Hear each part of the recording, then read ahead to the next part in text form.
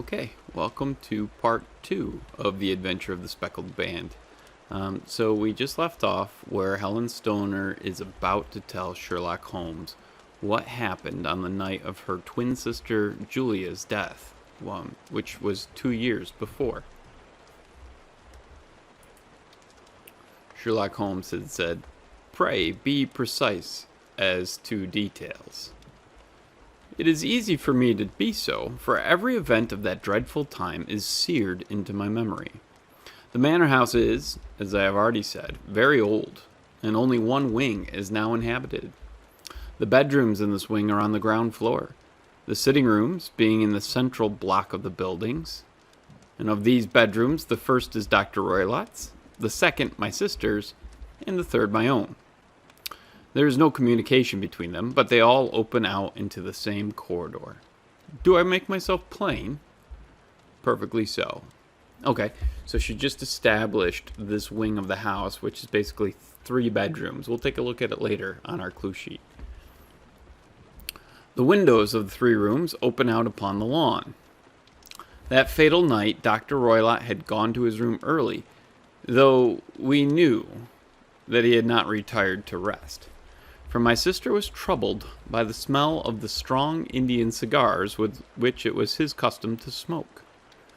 So she left her room, therefore, and came into mine, where she sat for some time, chatting about her approaching wedding.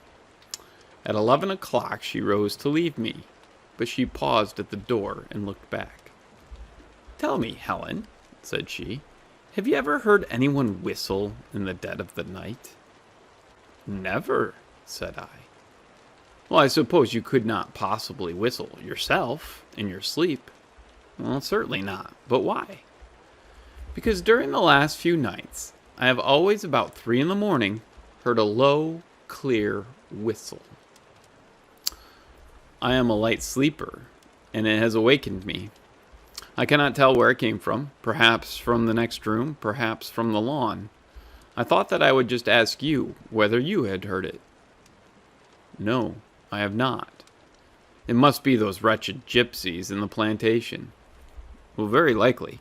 And yet, if it were on the lawn, I wonder that you did not hear it also.' 'Ah, but I sleep more heavily than you.' 'Well, it is of no great consequence at any rate.' She smiled back at me, closed my door, and a few moments later I heard her key turn in the lock." "Indeed," said Holmes. "Was it your custom always to lock yourselves in at night?" "Always." "And why?" "Well, I think I mentioned to you that the doctor kept a cheetah and a baboon. Well, we had no feeling of security unless our doors were locked." "Quite so. Pray proceed with your statement." "Well, I could not sleep that night. A vague feeling of impending misfortune impressed me.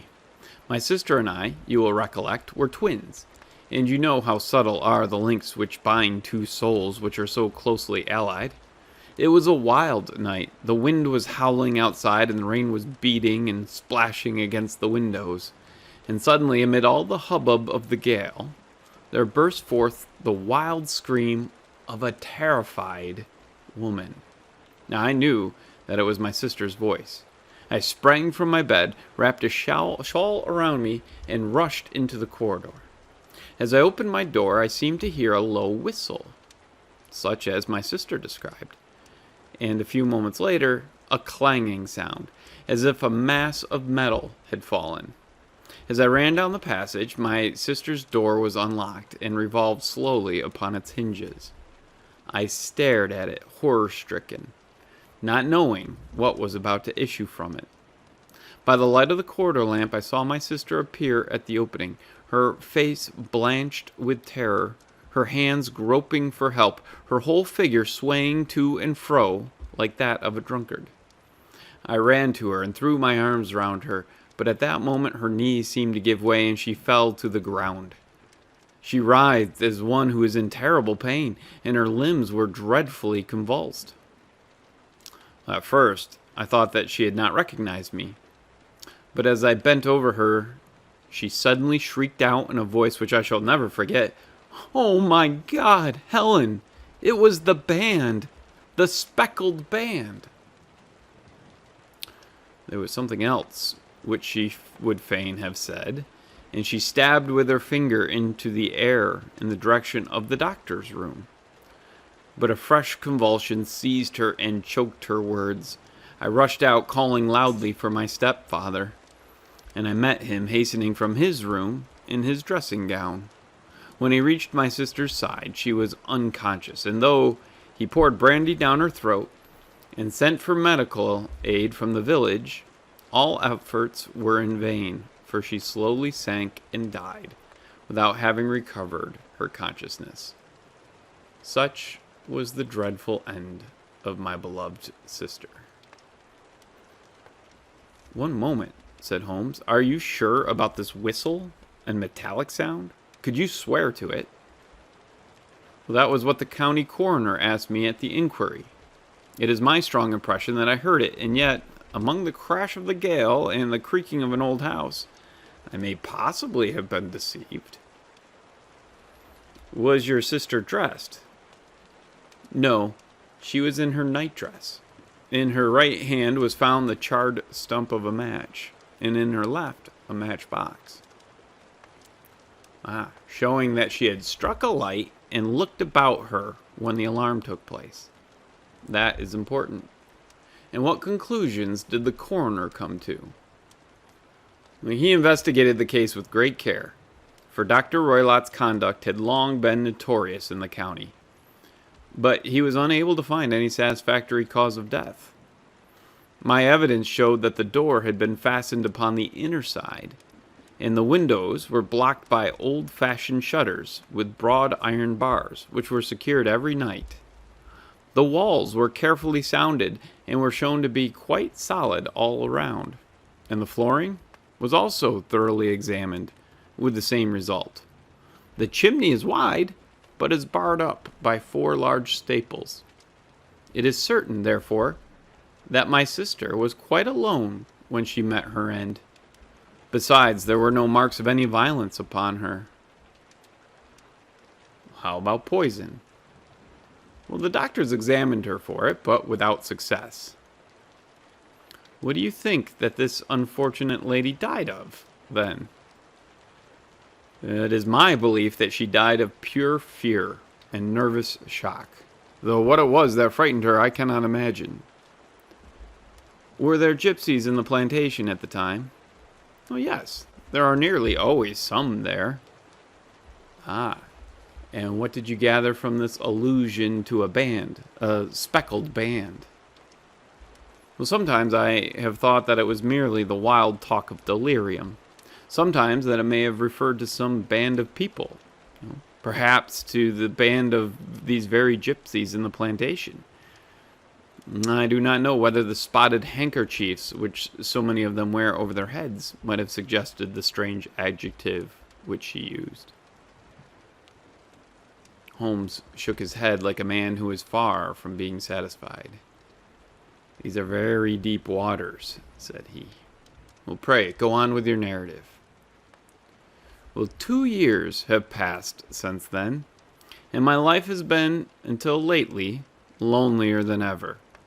A month ago, however, a dear friend whom I have known for many years has done me the honor to ask my hand in marriage. His name is Armitage, Percy Armitage, the second son of Mr. Armitage of Crane Water, near Reading. My stepfather has offered no opposition to the match, and we are to be married in the course of the spring. 2 days ago, some repairs were started in the west wing of the building, and my bedroom wall has been pierced, so that I have had to move into the chamber in which my sister died, and to sleep in the very bed in which she slept. Imagine, then, my thrill of terror when last night, as I lay awake, thinking over her terrible fate, I suddenly heard in the silence of the night the low whistle which had been the herald of her own death. I sprang up and lit the lamp, but nothing was to be seen in the room. I was too shaken to go to bed again. However, so I dressed, and as soon as it was daylight, I slipped down got a dog cart at the Crown Inn, which is opposite, and drove to Leatherhead, from whence I have come on this morning with the one object of seeing you and asking your advice." "You have done wisely," said my friend. "But have you told me all?" "Well, yes, all." "Miss Roylott, you have not. You are screening your stepfather." "Why, what do you mean?" For answer, Holmes pushed back the frill of black lace which fringed the hand that lay upon our visitor's knee. 5 little livid spots, the marks of 4 fingers and a thumb, were printed upon the white wrist. "You have been cruelly used," said Holmes. The lady colored deeply and covered over her injured wrist.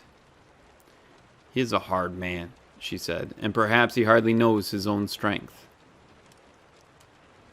There was a long silence, during which Holmes leaned his chin upon his hands and stared into the crackling fire. "This is a very deep business," he said at last. "There are 1,000 details which I should desire to know before I decide upon our course of action. Yet we have not a moment to lose.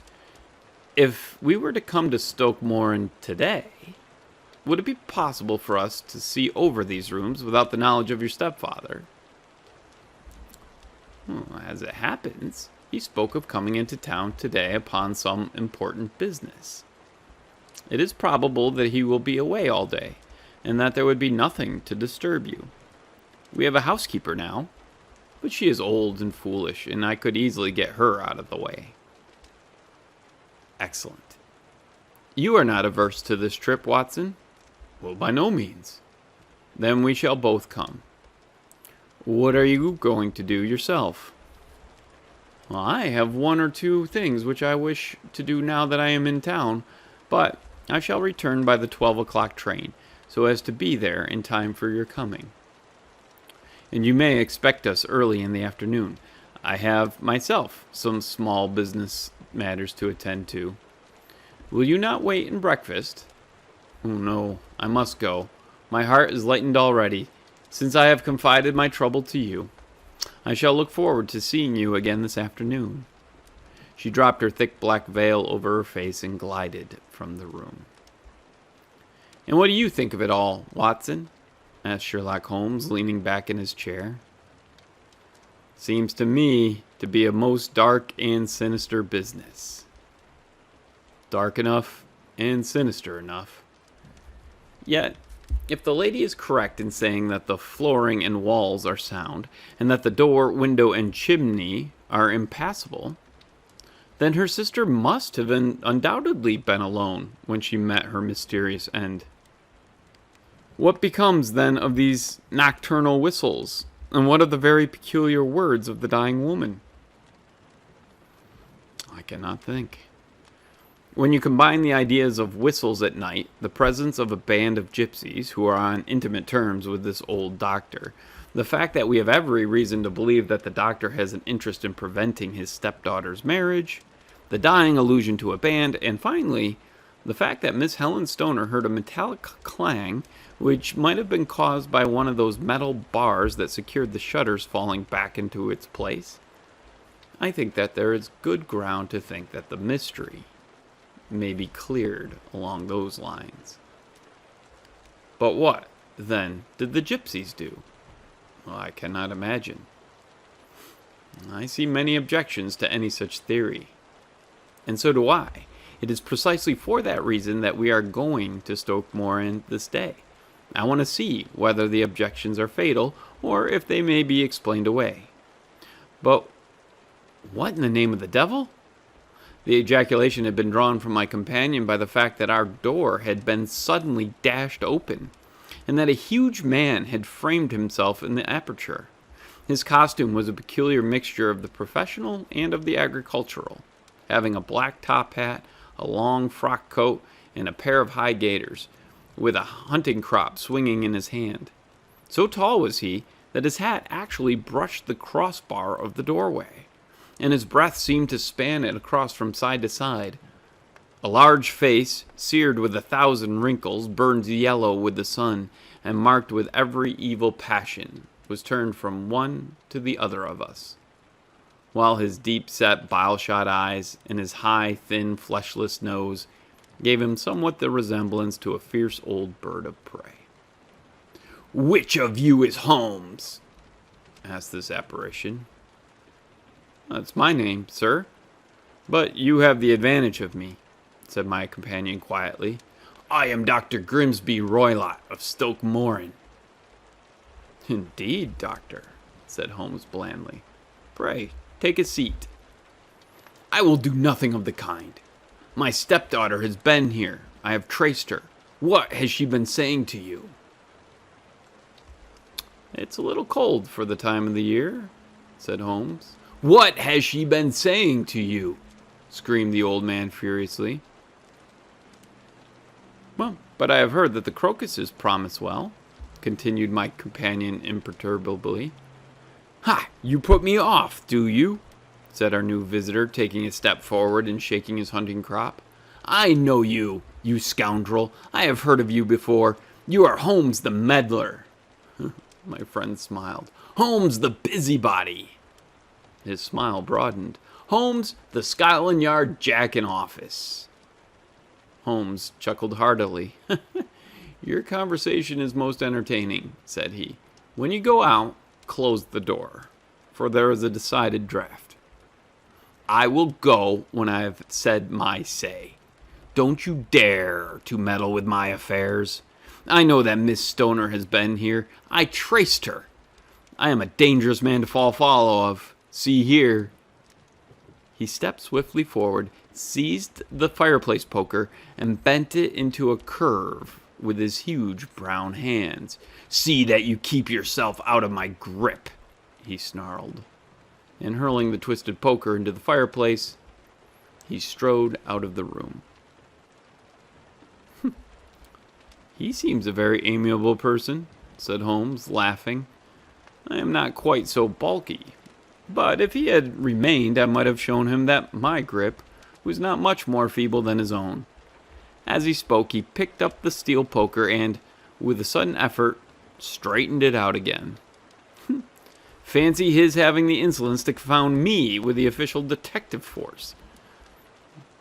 This incident gives zest to our investigation, however, and I only trust that our little friend will not suffer from her imprudence in allowing this brute to trace her.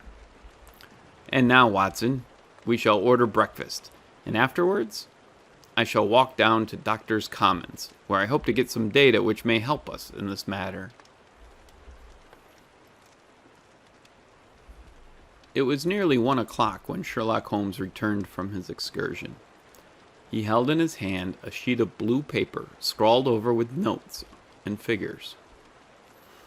"I have seen the will of the deceased wife," said he. "To determine its exact meaning, I have been obliged to work out the present prices of the investments with which it is concerned. The total income, which at the time of the wife's death was little short of £1,100, is now, through the fall in agricultural prices, not more than £750. Each daughter can claim an income of £250 in case of marriage. It is evident, therefore, that if both girls had married, this beauty would have had a mere pittance, while even one of them would cripple him to a very serious extent. My morning's work has not been wasted, since it has proved that he has the very strongest motives for standing in the way of anything of the sort. And now, Watson, this is too serious for dawdling, especially as the old man is aware that we are interesting ourselves in his affairs. So if you are ready, we shall call a cab and drive to Waterloo. I should be very much obliged if you would slip your revolver into your pocket. And Italy's number 2 is an excellent argument with gentlemen who can twist steel pokers into knots. That and a toothbrush are, I think, all that we need." Okay, let's stop here as Watson and Holmes are about ready to go visit the actual house. And we'll piece together what we know from the night of Julia's death, everything that Helen had told us, along with whatever other clues we can piece together. I mean, come on, Dr. Roylott, he's got motive, right? So let's check out his motive. He gets to control the money until the girls get married, right? Until the twins get married. And he would have almost no money left if they both got married. Well, Julia died right before her wedding, and now Helen is about ready to get married, and she's hearing the same whistles that Julia heard, those whistles before Julia died. It all seems maybe a little too obvious, right? But there's definitely motive there. So if it is Dr. Roylott who killed Julia, the question is, how did he do it? I mean, the door was locked. So pull up your clue map and let's get to work.